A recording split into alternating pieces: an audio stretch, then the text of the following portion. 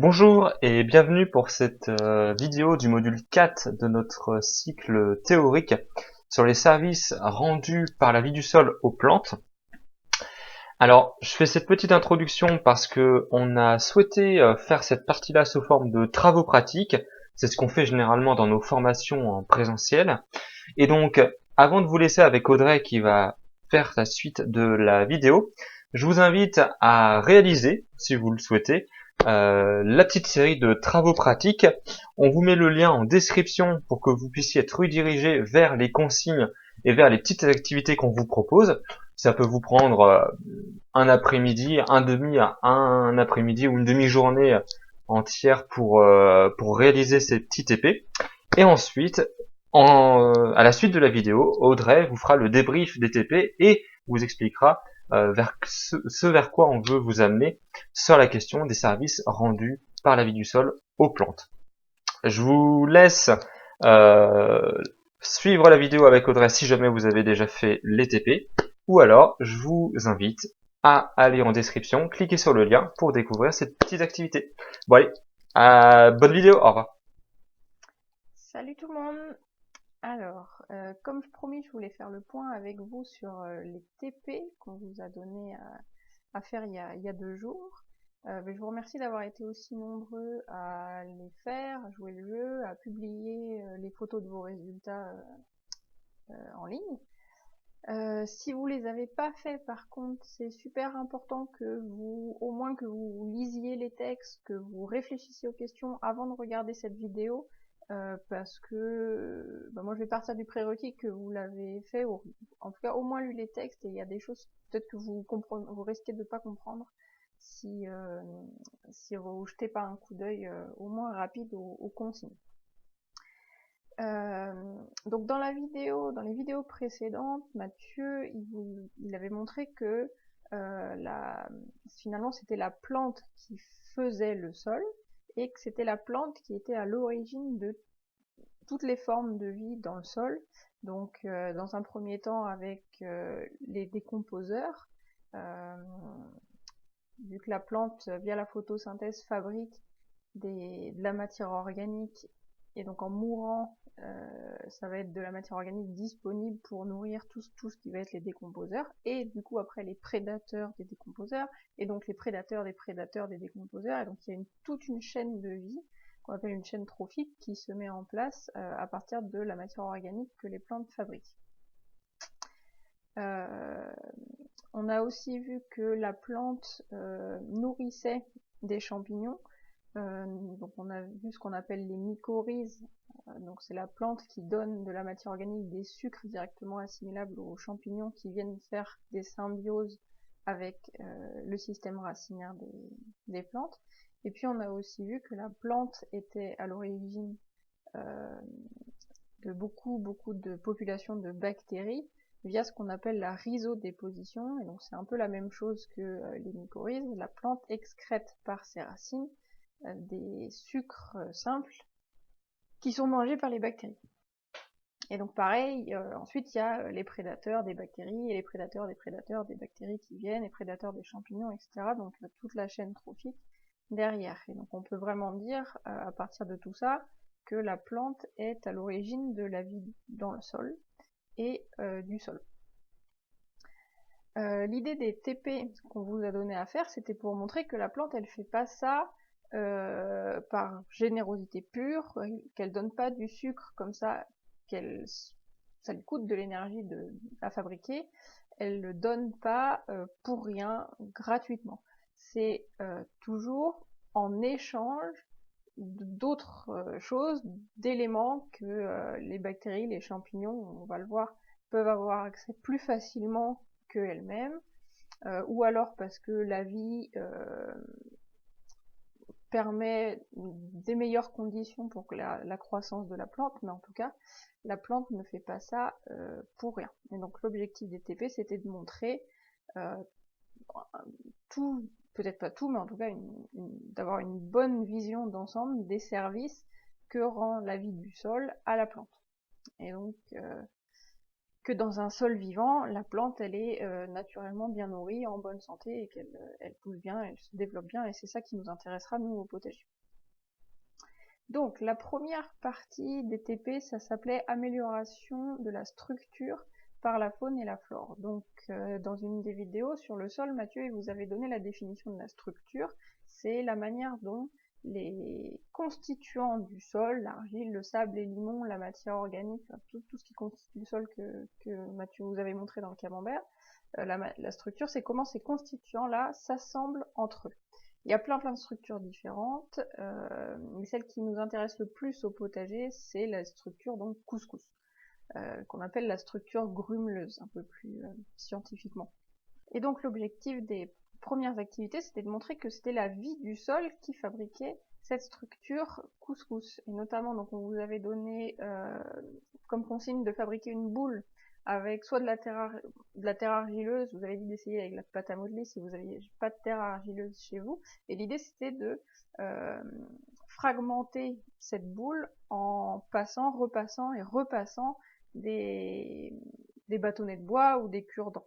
Et ce qu'on observe du coup, c'est que cette boule à l'origine compacte, elle se délite au fur et à mesure pour arriver, si on continue à passer et à passer dans la boule, on arrive à une simili de structure couscous, en tout cas plein de petits agrégats en boule dans notre récipient. Et donc ça, c'était pour mimer finalement le passage incessant d'insectes, de galeries, enfin de passage de vers qui font des galeries, et tout un tas d'autres insectes, et même des gros animaux, enfin la taupe, la souris, ça fait des galeries, ça traverse un peu la terre comme ça. Et donc, si on part d'une structure, d'une terre, d'un bloc compact, si on fait en sorte qu'il y ait des animaux qui transitent à travers dans cette terre compacte, et elle va se décompacter naturellement. Et d'ailleurs, on le voit très bien, si vous regardez la terre des taupinières, dans votre pelouse, gazon qui est très compacte, très souvent, la terre des taupinières, elle est très meuble, elle a cette structure couscous, et d'ailleurs souvent on dit c'est de la très bonne terre à semis, vous pouvez semer dedans parce qu'elle est très légère, très décompactée. Voilà, donc c'est une illustration que la vie du sol fabrique cette structure couscous. Ensuite, il y avait un petit texte sur le fait que même les plantes finalement aèrent la terre. Il y avait un texte sur les racines et la capacité des racines à perforer des structures même compactes. Alors c'est pas vrai, c'est vrai pour toutes les plantes, mais disons qu'il y a des plantes qui vont être capables de le faire plus ou moins facilement, et donc il y a des plantes qui sont vraiment spécialisées pour pousser dans des sols compacts, c'est ce qu'on parlait un petit peu la dernière fois, la consoude des chardons-marie, des rumex qui ont des grosses racines, ils vont très bien se développer même dans des sols compacts, le plantain aussi, alors que d'autres plantes vont rester beaucoup plus chétives. Et en tout cas, une autre chose qu'on pouvait dire aussi sur les racines, c'était le fait que toujours sur l'aération de la terre, les racines, peut-être vous le savez pas, mais en fait les racines d'une plante se renouvellent en permanence, tout le temps. La plante, il y a des racines qui meurent et elle en fabrique des nouvelles. Et donc en fait, à chaque fois que une racine meurt, elle va venir être mangée par la faune qui s'occupe de la dégradation de la matière organique et des décomposeurs. Et il va rester une galerie qui sera ensuite colonisée par des bactéries, par des champignons, mais en tout cas ça permet aussi de montrer que les plantes elles-mêmes aèrent le sol, sans même parler de la vie du sol. Donc voilà. Et puis il y avait un dernier petit passage dans cette première partie de TP sur le complexe argilo-humique. Donc le complexe argilo-humique, Mathieu vous avait expliqué ce que c'est. C'est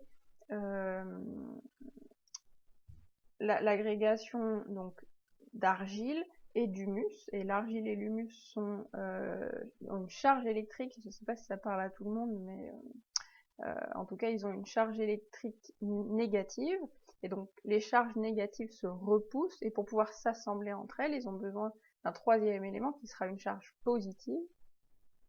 Donc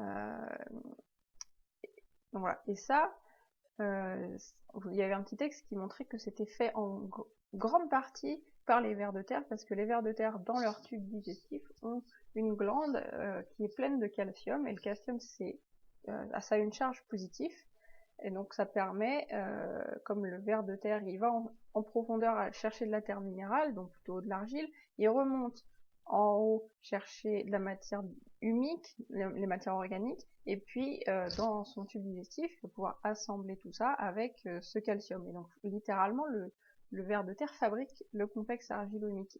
Les vers de terre sont pas les seuls à fabriquer le complexe argilo-humique, mais en tout cas la vie est absolument indispensable pour la fabrication de ce complexe argilo-humique et surtout pour qu'il reste bien stable. Et je sais pas si vous vous rappelez, mais le complexe argilo-humique c'est très très très important dans votre sol. Ça sert souvent on prend la métaphore du garde-manger, du frigo. Les plantes ne mangent pas directement le complexe argilo-humique, par contre le complexe argilo-humique sert à retenir l'eau et les éléments minéraux qui vont nourrir les plantes. Et donc les plantes elles vont pouvoir mettre leurs racines dans ces strates de complexe argilo-humique et puis pomper directement les minéraux dont elles ont besoin. Ça permet aussi d'éviter ce qu'on appelle le lessivage, c'est-à-dire que si vous n'avez pas ce stock, cette espèce de grosse éponge qui se gorge d'eau et d'éléments minéraux, si vous l'avez pas, dès qu'il va pleuvoir, la pluie, l'eau va se charger des éléments minéraux et les amener en profondeur. C'est ce qu'on appelle le lessivage. Le complexe argilo-humique permet d'éviter ça. Et c'est hyper important pour nous au potager et pour tous ceux qui veulent faire pousser des plantes, parce que si les racines sont trop profondes, si les éléments minéraux sont trop profonds, voire même carrément partis dans la nappe phréatique, puis dans les rivières et dans la mer, ils sont plus disponibles pour vos plantes. Et donc c'est de la fertilité en moins pour vos sols. Donc voilà, ça c'était pour le complexe argilo-humique. Et donc toute cette partie-là, c'était pour montrer que finalement la vie, que ce soit les vers de terre, tous les organismes qui vont faire des galeries et les vers de terre pour le complexe argilo-humique, ils fabriquent la structure idéale pour que la plante pousse. Parce qu'on a dit, la plupart des plantes du potager, elles préfèrent une terre décompactée, etc. On pourra le faire avec des outils mécaniques, on peut aussi laisser la vie le faire, elle le fera. Plus lentement souvent, on verra demain les stratégies. Des fois, nous, on décompactera la première année pour accélérer un peu les choses, parce que c'est vrai que si on laisse la nature faire, ça peut être assez lent. Donc nous, pour accélérer, des fois, on le fera, on verra comment on aérera. Mais ensuite, si on a une structure à peu près décompactée, la vie va entretenir ça et continuer à la décompacter, éviter qu'elle se recompacte. Ensuite, la deuxième partie du TP, c'était sur la stabilisation de cette structure. Donc si la vie fabrique la structure idéale pour les plantes, ensuite elle va tout faire pour que cette structure reste stable. Je ne sais pas si vous vous rappelez de la définition. La stabilité d'une structure, c'est une structure qui va rester telle qu'elle, elle va pas se dégrader. Ça se comprend assez facilement. Si, par exemple, au potager, vous êtes capable de faire une structure correcte pour vos plantes, par exemple, si vous prenez l'approche classique, le jardinier, il fabrique une bonne structure pour ses plantes en passant d'abord souvent le motoculteur ou la bêche, puis en continuant à imiter, au râteau, enfin voilà, il va utiliser tout un tas d'outils pour, à partir d'une terre compacte, faire une terre en petite motte, dans laquelle il pourra semer et tout ça. Ok, ça marche un an, mais l'année d'après, il est obligé de refaire ce travail-là parce que sa structure est pas stable. Certes, il a donné une bonne structure l'année 1, mais comme l'année 2, cette structure a disparu, souvent la terre s'est recompactée, parce que la structure qu'il avait donnée, elle n'est pas stable. Et quand on prépare une structure mécaniquement, elle n'est pas stable. A contrario, quand la vie fabrique la structure pour les plantes, elle la stabilise, parce qu'elle s'enquiquine, si vous voulez, à faire une bonne structure, et si vous voulez, à construire sa maison, et c'est hors de question que sa maison s'écroule, grosso modo. Donc, la vie fait tout pour stabiliser la structure. Alors, comment elle fait ça? Il y avait plusieurs explications qui étaient données. Il y avait d'abord les champignons. Les champignons qui produisent une molécule qui s'appelle la glomaline, et qui est un peu comme une colle, finalement, et qui va coller les différents agrégats entre eux. Ensuite, toujours par ces champignons, les champignons, comme ils ont besoin de beaucoup d'oxygène, ils vont avoir tendance à se mettre dans les galeries, justement par exemple les anciennes galeries des racines qui sont mortes, ou alors les galeries qui sont creusées par les vers de terre, et par tous les autres animaux qui se déplacent dans le sol et qui font des galeries. Ils vont se mettre à ces endroits-là parce que y a plus d'air qu'ailleurs, et ils vont se développer dans ces galeries. Et en se développant, ils vont fabriquer donc ce qu'on appelle les ifs, le mycélium, c'est ça, hein, les champignons. Ils vont fabriquer du mycélium, ils vont tapisser toute la paroi des galeries de mycélium. Et ça fait comme un espèce de grillage microscopique, mais ça fait comme un espèce de grillage qui va retenir les agrégats. Donc plus vous avez de galeries, plus vous avez de mycélium. Donc ça fait que tous les agrégats se tiennent entre eux. Ça, c'est une autre raison. Il y avait une troisième raison, c'était les bactéries. Cette fois-ci, les bactéries sécrètent, elles fabriquent ce qu'on appelle un biofilm. C'est pareil, c'est comme une colle qui permet qu'elles s'accrochent entre elles et qui permet du coup elles s'accrochent aux agrégats et donc finalement elles accrochent les agrégats les uns aux autres. Ça, c'est le biofilm des bactéries. C'est les deux raisons principales qui font que la vie stabilise la structure. Et on le voit bien, c'était la vidéo que vous aviez sur ce qu'on appelle les slack tests. Donc dans la vidéo, mais on peut très bien le reproduire cette expérience-là. Vous prenez une grosse motte d'un sol qui est travaillé mais uniquement mécaniquement, donc dans des approches classiques de l'agriculture ou du jardinage. Vous mettez cette motte dans de l'eau, vous allez voir qu'elle la motte va complètement se désagréger, la structure est pas stable et donc ça va faire comme une espèce de boue. Et puis là, la vidéo, le pot était très haut, donc on voyait très très bien que ça faisait une boue, la terre était toute marron et puis finalement ça se redéposait dans le fond. Mais la structure avait été complètement désagrégée. A contrario, donc le paysan, lui, il est en agriculture de conservation, c'est des méthodes de production sur sol vivant. Nous on reprendra des méthodes au potager qui s'y apparentent. Et ben on voyait bien que la motte, même après 24 heures, même après je sais plus combien il fait, 36 heures, elle reste intacte en haut du récipient et la structure est complètement stable, ça ne se délite pas du tout, du tout, du tout. Ça c'est hyper important, la stabilité des sols, parce que si vos sols ils sont pas stables, ça mène à l'érosion. Il en parlait un peu dans sa vidéo.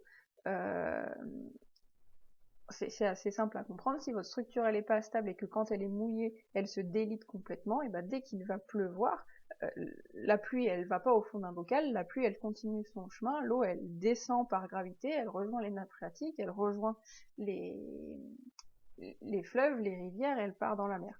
Et donc c'est aussi vos particules de sol finalement qui vont partir dès que vous avez un tout petit peu de pente. Et ben les particules de votre sol vont partir dans l'eau des rivières. Et donc ça c'est un gros souci actuellement à l'échelle du monde. On perd énormément de sol. J'ai plus le chiffre en termes, mais c'est vraiment un gros souci qu'on a. C'est de la fertilité en moins pour les plantes, et surtout ça prend énormément de temps à fabriquer un sol.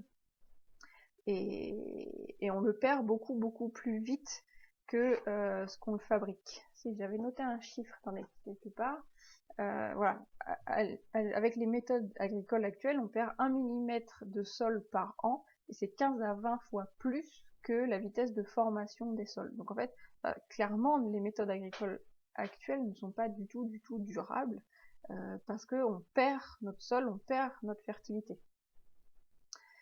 Et la seule manière d'imaginer une agriculture durable, c'est sur une agriculture qui va au contraire au moins protéger les sols qu'on a et au mieux recréer des sols, et si possible plus rapidement que ce que fait la nature. Et ça, on verra que c'est tout à fait possible avec des méthodes sur sol vivant. L'autre gros problème de l'érosion, c'est la pollution de l'eau, parce que le sol n'est pas censé être dans l'eau, et le sol est toxique pour la vie aquatique, tout ce qui va être amphibien, les poissons, tout ça, voilà, le sol ne devant pas être dans les rivières, c'est toxique pour eux et ils peuvent en mourir. Et pire, si vous avez mis des engrais, des engrais sur vos sols, qu'ils vont dans l'eau. Les engrais, c'est de la nourriture pour les plantes, rien de plus. Si vos engrais se trouvent dans l'eau, ça va favoriser les plantes dans l'eau. Ça s'appelle des algues. Et la pollution au nitrate, ça donne tout ce qui va être marée verte en Bretagne, etc. C'est parce que c'est voilà, la pollution des sols qui se retrouve dans l'eau et qui ensuite asphyxie les rives marines. Donc vraiment l'érosion, c'est un gros souci. Et donc c'est super important d'utiliser des méthodes qui vont stabiliser votre sol. Une autre anecdote là-dessus, souvent vous entendrez, en tout cas c'est possible, les agriculteurs ou bien des papis, enfin des gens qui font un potager traditionnel, ils vous diront les cailloux remontent. Ça bien sûr c'est faux. Les cailloux, la gravité fait que les cailloux ça ne remonte pas, c'est impossible. Donc pourtant c'est quelque chose qu'on observe dans les champs par exemple. Après voilà, vous avez une saison où vous avez que de la terre, la saison d'après vous allez voir des cailloux, pas mal de cailloux, voire même si dans le potager le papy va pouvoir avoir enlevé tous les cailloux une année 1 et l'année d'après il en a encore plein. Donc il veut dire bah, les cailloux remontent d'en dessous. Non, c'est pas ça qui se passe. Ce qui se passe, c'est justement c'est qu'il y a de l'érosion et donc toutes les particules fines sont parties avec l'eau. Les cailloux sont trop gros, donc ils sont pas amenés avec l'eau. Et donc finalement, comme on perd de la terre, et ben il reste les cailloux. Mais c'est pas du tout les cailloux qui remontent, c'est vraiment parce qu'il y a eu de l'érosion et donc il y a eu des pratiques qui ont favorisé le fait que la structure ne soit pas stable. Et c'est super. C'est vraiment super visible. Par exemple, juste à côté de notre terrain, on a une grande forêt avec des champs à côté. Et ben, quand on va se promener par là-bas, on voit vraiment que la forêt, elle est 1 mètre, ouais, vraiment 1 mètre plus haute que le champ juste voisin. Et en fait, au départ, la terre, il n'y a pas de raison qu'il y ait un dénivelé d'1 mètre comme ça, parallèle à un champ, c'est impossible. Donc en fait, ce qui se passe, c'est que les techniques agricoles font que il y a de l'érosion et donc le champ perd de la terre, il descend, alors qu'au contraire, la forêt fabrique du sol, puisqu'il y a des arbres et donc des plantes qui fabriquent du sol, personne n'y touche, donc ça se passe comme ça se passe naturellement. Et donc au contraire, bah, le sol de la forêt a tendance à s'accumuler et donc à monter. Et donc il y a un delta là qui se crée et vraiment c'est hyper important. Si vous savez pas ce que c'est l'érosion des sols, n'hésitez pas à taper ça sur un moteur de recherche, juste bon ça fait peur des fois, mais vous allez voir des photos de champs qui littéralement avec des énormes fossés à l'intérieur ou des énormes coulées de boue, enfin il y a des vidéos absolument monstrueuses sur la réalité de l'érosion des sols et c'est vraiment un gros souci. Donc voilà pour ça. Ensuite, donc si on récapitule, la vie du sol crée la structure parfaite pour les plantes et la stabilise, ce qui est essentiel. Troisième partie des TP, c'était sur l'amélioration de la gestion de l'eau par la vie du sol. Alors, il y avait une première expérience où l'idée de la première partie de l'expérience, c'était pour que vous preniez conscience du comportement vis-à-vis de l'eau de votre sol en fonction de sa texture. Pour le dire simplement, les sols très argileux, les sols très sableux, ils se comportent pas pareil avec l'eau. Et donc les petites expériences, c'était pour le montrer. Et donc, qu'est-ce qu'on met en évidence? C'est que les sols argileux, ils ont tendance à bien retenir l'eau, voire à être même imperméables, c'est-à-dire qu'une fois qu'ils sont saturés en eau, l'eau ne va plus passer à travers, et donc vous allez avoir de l'eau qui va stagner au-dessus. Donc on va pouvoir, concrètement dans les champs ou le potager, on va voir des flaques, voire des mares, si c'est des très gros trous, etc. Ça c'est le comportement argile. Il stocke bien l'eau, mais il n'est pas du tout drainant. Au contraire, c'est vraiment presque opposé.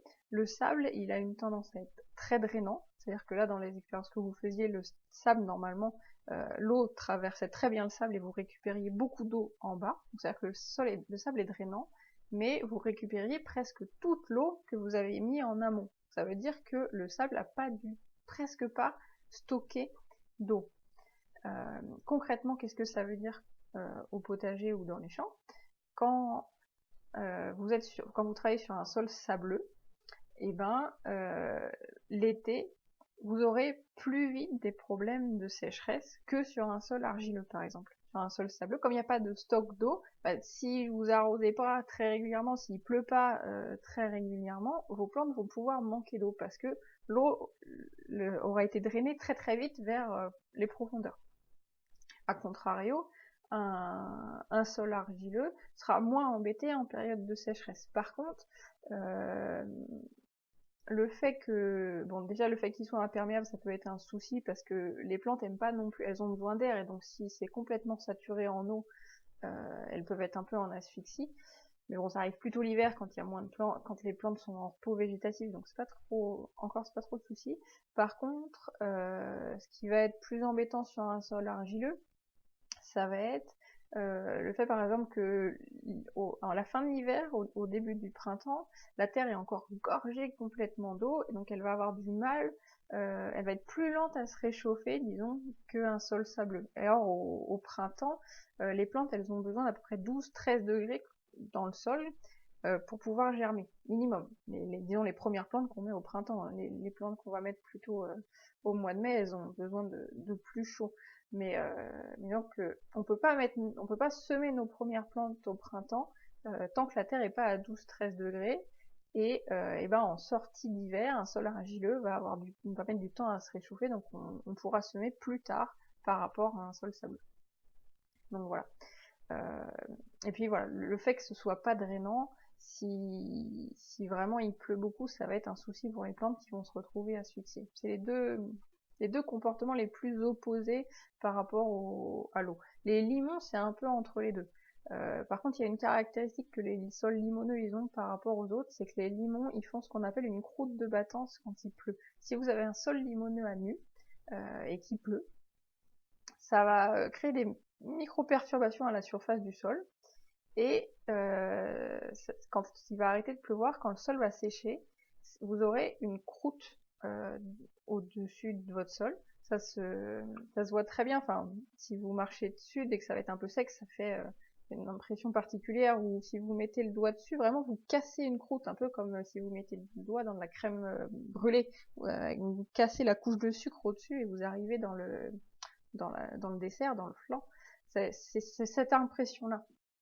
Et ça, la croûte de battance, si ça se passe au moment où vous venez de faire vos semis, c'est une catastrophe parce que la graine n'arrive pas à percer cette croûte-là. Il en parlait dans la vidéo du Slack Test, il a un sol limoneux et donc il avait un souci avec sa croûte de battance. Et justement, le fait d'avoir adopté des méthodes d'agriculture de conservation, ça évite cette formation de croûte de battance. Donc voilà, ça c'était déjà pour faire le point, c'est évident pour certaines personnes et d'autres c'est complètement nouveau, donc c'était important de le dire et de le mettre en évidence. La deuxième partie, après, c'est qu'est-ce qu'on fait? Et on pourrait avoir comme idée, comme l'argile et le sable s'opposent, et ben sur un sol sableux de rajouter de l'argile, et sur un sol argileux de rajouter du sable. Ça, vous verrez, peut-être vous trouverez ça sur internet, vous avez un sol argileux, ah bah rajoute du sable pour l'alléger. Il y a beaucoup plus efficace, et c'était ce que vous proposez de faire, la petite expérience après. Et en fait, dans tous les cas, la solution, ce sera de rajouter de la matière organique. Et donc rajouter de la matière organique, finalement, si on le voit d'un point de vue naturel, qui est-ce qui rajoute de la matière organique? C'est les plantes. Donc encore une fois, c'est le fait d'ajouter des plantes et d'ajouter de la vie qui va permettre d'améliorer votre sol. Qu'est-ce qui se passe concrètement sur un sol sableux? Si vous rajoutez de la matière organique et qu'elle se décompose, vous arrivez à ce qu'on appelle de l'humus. Et l'humus a des propriétés de rétention d'eau plus importantes que les sables. Pas aussi importantes que l'argile. Vous n'aurez jamais, même sur un sol sableux très vivant, les mêmes capacités de rétention d'eau, de stockage d'eau que un sol argileux bien vivant, mais quand même vous aurez un sol sableux qui sera tout à fait correct et que vous pourrez produire tout un tas de plantes dessus et qui souffriront beaucoup moins de la sécheresse. A contrario, l'argile, qui a une bonne capacité de rétention d'eau, c'est pas tant lui apporter de l'humus qui va jouer un rôle, parce que l'argile a déjà cette énorme capacité de stockage. Par contre, son problème, c'est de pas être assez drainant. Et donc, qu'est-ce qu'on fait? Si on rajoute de la matière organique, et donc cette matière organique là va attirer tout un tas de décomposeurs qui vont la manger, les décomposeurs vont faire plein de galeries dans votre sol. Je vous renvoie à la première partie du TP. Comme ils vont faire plein de galeries, ça va être plein d'autoroutes pour l'eau. C'est-à-dire que l'eau, au lieu de stagner au-dessus, elle va pouvoir emprunter ces galeries-là pour aller en profondeur. Donc c'est surtout les galeries des vers, notamment des vers anéciques qui montent et qui descendent, qui sont super importantes pour ça. Et donc c'est pour ça que concrètement au potager, si vous avez un sol argileux, on vous conseillera plutôt, on le reverra, hein, vous en faites pas, mais on vous conseillera plutôt de la matière que les vers de terre vont adorer manger pour avoir le plus de vers de terre possible dans votre terre argileuse, qui vont faire plein de galeries et qui vont aider au drainage, pour éviter que l'eau stagne et asphyxie les racines. Donc voilà, et pareil donc pour les sols limoneux, je pourrais pas exactement expliquer ce qui se passe, je demanderai à Mathieu, peut-être qu'il sait, sur les sols limoneux, mais en tout cas ce qu'on constate c'est que quand on ajoute de la matière organique et qu'on a des méthodes sur sol vivant, sur les sols limoneux, on n'a plus cette croûte de battance qui se forme. Donc dans tous les cas, peu importe la texture de votre sol, en rajoutant de la matière organique, vous allez améliorer ses propriétés par rapport à l'eau. Voilà, donc ça c'était le point 3 du TP. Et ensuite, le point 4. Le point 4, c'était sur la nutrition et la santé. Donc on n'oublie pas, l'objectif du TP, c'était de montrer que la vie du sol rend tout un tas de services à la plante en échange du sucre qu'elle leur fournit. Donc on a vu la fabrication de la structure, la stabilité de la structure, l'amélioration du comportement par rapport à l'eau. Il reste à montrer que la vie du sol est absolument essentielle pour une bonne nutrition des plantes et par extension pour sa santé. Alors qu'est-ce qui se passe? Déjà, si on reprend ce que vous aviez vu un petit peu avec Mathieu, les mycorhizes et la rhizodéposition. En fait, les mycorhizes, donc on a vu la plante donne du sucre directement aux champignons. En échange, les champignons vont donner des éléments minéraux et de l'eau aux plantes. Et les champignons, en fait, ils ont des capacités de prospection beaucoup plus grandes que les racines. Je ne sais pas si vous le savez, mais l'organisme le plus grand sur Terre, c'est pas la baleine bleue, c'est un champignon. Et il fait... Alors attendez, j'ai noté ça quelque part. Le plus grand champignon sur Terre, il fait 10 km². Ça correspond à 1300 terrains de foot. Et on a pu montrer, en faisant des relevés ADN, que c'était le même individu. Donc vous imaginez une plante qui est reliée à ce champignon-là. Une plante, ça a une surface de prospection racinaire autour d'elle. En tout cas, des fois, ça va très profond, mais en tout cas, les petites plantes du potager, ça fait pas non plus des kilomètres de racines. Et si elle se branche sur le champignon qui est énorme, elle a accès à des éléments minéraux et de l'eau sur une surface bien plus grande autour d'elle. Ça, on peut l'illustrer par exemple avec... c'est Hervé Koff qui raconte cette anecdote. Hervé Koff, c'est un ingénieur agronome, je vous conseille de regarder ces petites vidéos, elles sont très bien, notamment il en a une très connue sur la gestion des limaces. Mais bref, lui, il raconte une anecdote, donc c'était une expérience qui a été faite en URSS, donc ils ont pris une souris. En fait, c'était sur le phosphore. Le phosphore, c'est pas comme tous les autres éléments, enfin, comme beaucoup d'autres éléments, il y en a pas énormément, surtout c'est pas réparti uniformément partout. Il y a des grandes phosphatières à certains endroits sur Terre, mais il y a des endroits où il y a presque pas de phosphore. Et donc, qu'est-ce que la vie a fait pour lutter contre ça? Elle a mis des petits stocks de phosphore partout. Et c'est quoi ces petits stocks de phosphore? C'est nous, c'est les animaux. Les animaux, en fait, dans nos eaux, on stocke énormément de phosphore, beaucoup plus que ce qu'on n'aura jamais besoin dans notre vie. Voilà, mais parce que du coup, quand un animal va mourir, bah hop, ici il y a une réserve de phosphore. Et comme il y a des animaux partout, bah finalement, on a mis des réserves de phosphore partout, alors que au départ, ils sont à des endroits très localisés. Et donc l'expérience qu'ont fait les Russes, c'est qu'ils ont pris une souris et ils l'ont nourrie pendant qu'elle était vivante avec du phosphore marqué radioactivement.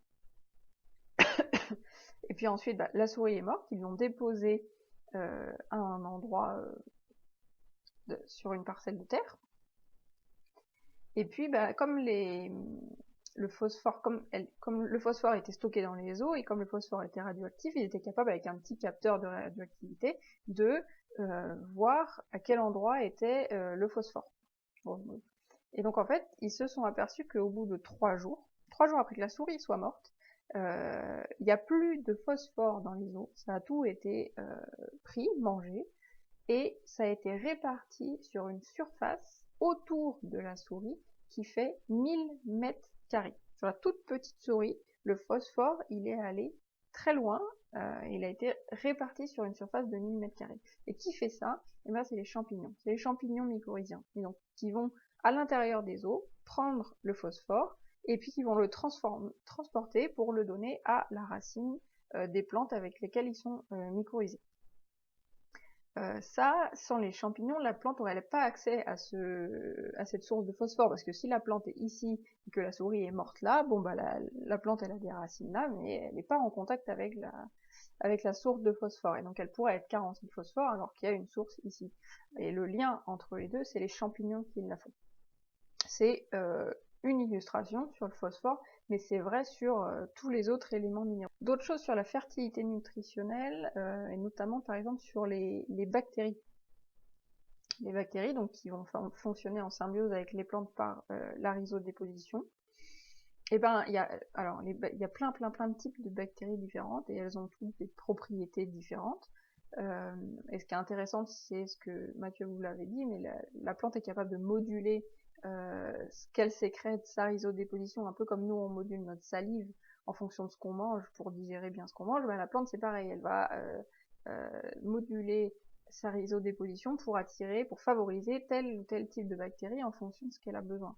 Et donc ben, les bactéries, elles ont plein de propriétés différentes. Il y en a par exemple qui vont être capables, toujours si on s'intéresse au phosphore, de solubiliser le phosphore. Parce que le phosphore, non seulement il n'y en a pas partout, mais en plus quand il y en a, il est très souvent sous forme qui n'est pas disponible pour les plantes, que la plante ne peut pas manger. J'avais parlé de ça dans la première vidéo sur les plantes.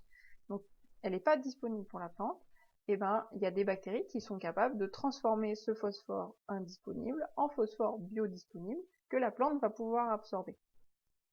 Et donc la bactérie solubilise le phosphore et en échange, elle le donne à la plante en échange de sucre.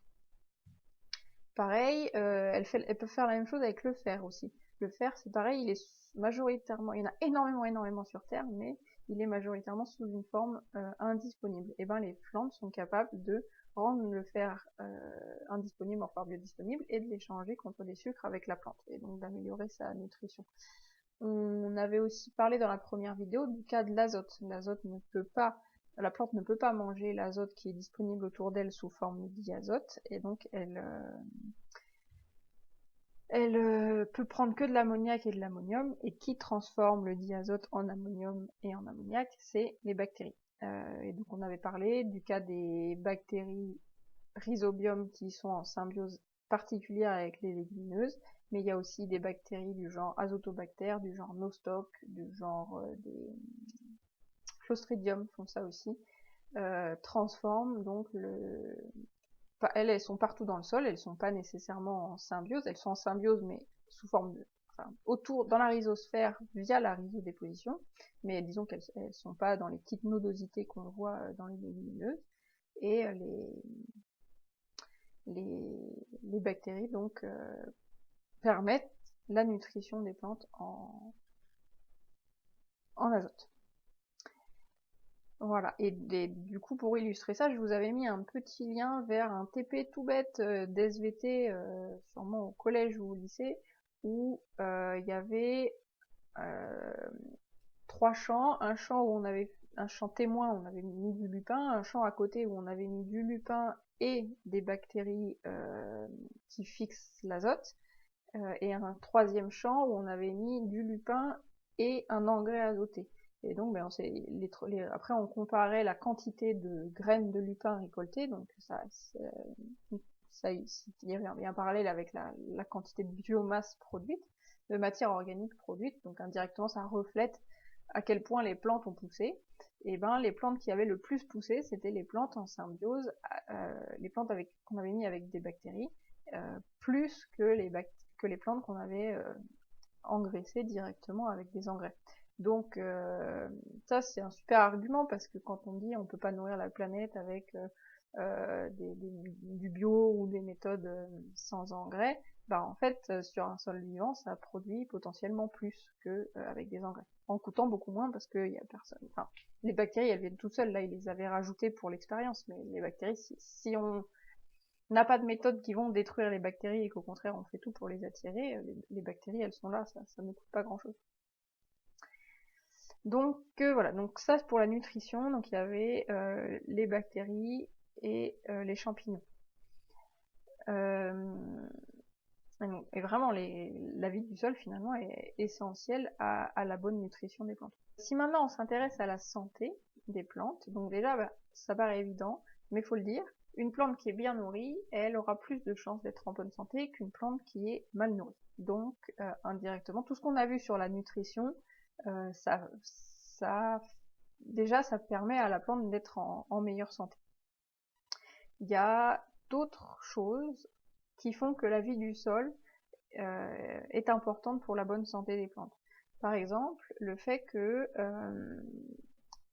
si on sait qu'il y a des champignons qui sont capables de sécréter des antibactériens. Et d'ailleurs, la pénicilline, qui est un des premiers antibiotiques, qui est le premier antibiotique découvert, c'est fabriqué par un champignon.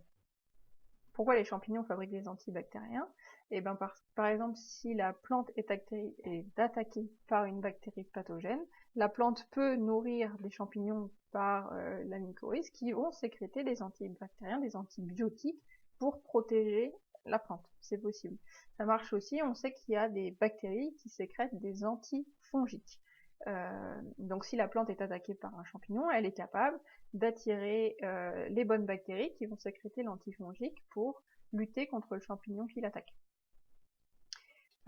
Donc ça participe clairement à la bonne santé de la plante. Un peu comme chez l'homme, on a ce qu'on appelle un microbiote dans l'intestin, c'est plein de bactéries, et on sait depuis quelques années que ce microbiote est essentiel à notre système immunitaire, à notre protection, à notre santé.